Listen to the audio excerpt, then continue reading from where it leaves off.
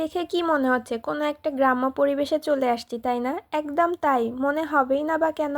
এত সুন্দর পরিবেশ আর খড়ের চাল দিয়ে যত সুন্দর করে সাজানো, আর পাখির বাসার সাথে রং বেরঙের লাইটিং, তাতে তো গ্রাম্য পরিবেশ মনে হবে, এটাই স্বাভাবিক। বেশি কথা না বলে সরাসরি চলে যাই এবং সেই সাথে আপনাদের দেখাই যে আমরা কোথায় চলে আসছি। আমরা ঘুরতে ভালোবাসি, আর তার জন্যই আজকাল আমরা নিত্য নতুন অনেক জায়গা খুঁজে বেড়াই, যে কোথায় গেলে একটা সুন্দর জায়গা পাবো, সেখানে মন খুলে বসতে পারবো, আড্ডা দিতে পারবো, আর যেটা না বললেই নয়, সুন্দর সুন্দর ভিডিও আর ছবি তুলতে পারবো। এটাই তো, তাই না? ঠিক আজকে বগুড়ার মধ্যে তেমনি একটা জায়গায় আমরা চলে আসছি।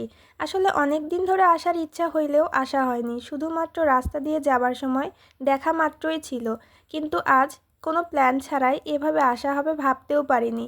আসলে রাস্তা দিয়ে দেখতে যতটা সুন্দর লাগে, ভেতরটা আর তার থেকেও অনেক বেশি সুন্দর। একদম রাস্তার পাশেই নিরিবিলি পরিবেশে এত সুন্দর একটা পার্ক অ্যান্ড রিসোর্ট ভাবা মুশকিল।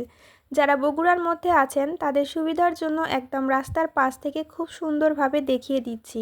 বগুড়া রানীরহাট বাজার থেকে 1 কিলো দক্ষিণে আসলেই পেয়ে যাবেন সুন্দর মনোরম নিরিবিলি পরিবেশের সাদিক পার্ক অ্যান্ড রিসোর্ট। এত কথা বলতে বলতে আর অপেক্ষার প্রহর সামলাতে না পেরে ভেতরে প্রবেশ করলাম।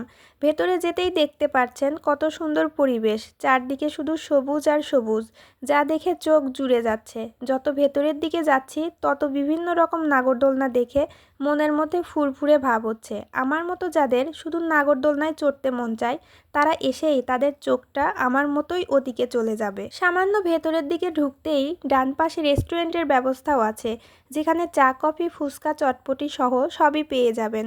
রেস্টুরেন্টের মধ্যেও ঘুরে দেখাবো, তবে তার আগে পুরো রিসোর্টটা আর একটু ঘুরে দেখি। পুরো রিসোর্টের সৌন্দর্যের কথা আর কি বলবো, আপনারাই নিজ চোখে দেখতেই পারছেন।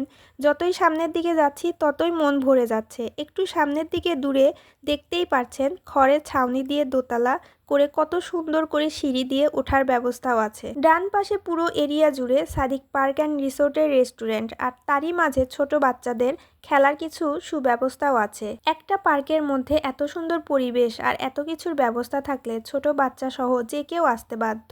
এত সুন্দর সাজানো গোছানো পরিবেশ দেখে মন আপনা আপনি ভরে যাবে। আমার সাথে সাথে আপনাদেরকেও দেখানোর জন্য কত ধীরে ধীরে ভিডিও করে যাচ্ছি তা দেখতেই পারছেন। এত সুন্দর পরিবেশের ভিডিও না করে, মূল কথা ক্যামেরা বন্দি না করে থাকতেই পারছি না। একটু সামনে যেতেই যতই কিছু দেখায় না কেন, কোনো কিছুই চোখের আড়াল করতে পারছি না। এত সুন্দর করে স্টেজের মতো করে সাজানো আছে, যা দেখলে যে কেউ ছবি তুলতে পাগল হয়ে যাবে। এত সুন্দর ছবি তোলার জায়গায় যাব আর কিছু ছবি বা ভিডিও করব না তা একদম নয়।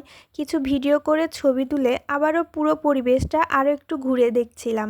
যতই দেখছি ততই নিজের মনকে শান্ত করতে পারছি না, আর চোখকে ফেরাতে পারছি না। মনকে শান্ত করে আর চোখকে নিজের কাছে রেখেও ভিডিও করতে করতে সামনের দিকে এগোতেই দেখি কত সুন্দর পানির ওপর যাত্রী ছাউনির মতো বানিয়েছে। একটা সৌন্দর্যের কথা শেষ হতে না হতেই আরও কত সৌন্দর্য চোখের সামনে পড়ছে।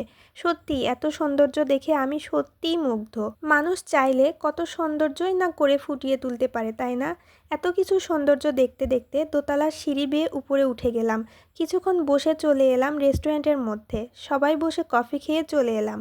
পার্কের সাথে পুরো রেস্টুরেন্টের পরিবেশটাও কিন্তু অসাধারণ, যা না বললেই নয়। এত সৌন্দর্য দেখতে দেখতে কখন যে প্রায় সন্ধ্যা গড়িয়ে এলো বুঝতেই পারিনি। আর সন্ধ্যা গড়ানোর সাথে সাথে যে পার্কের চেহারার রূপ বদল হবে এটাও ভাবতে পারিনি। চারিদিকে এত সুন্দর লাইটিংয়ের ব্যবস্থা, আর সেই পরিবেশে যদি চটপটির ব্যবস্থা থাকে তাহলে আর কি লাগে। যাই হোক, সত্যি আসলে অনেক ভালো লাগলো। রেস্টুরেন্টের চটপটি আর কফি দুটোই কিন্তু মাশাআল্লাহ। অন্যান্য জায়গার চটপটির থেকে একটু হইলেও আলাদা কিছু আছে, যা না খেলে বুঝতেই পারবেন না। খাওয়া দাওয়া শেষ করে অন্ধকারের মধ্যে নিজের চকচকা মেকআপের চেহারার একবার ভিডিও করেই নিলাম। এতক্ষণ থেকে ঘুরে ফিরে আড্ডা দিয়ে টুকটুক করে এবার বাড়ি ফেরার পথে রওনা দিলাম।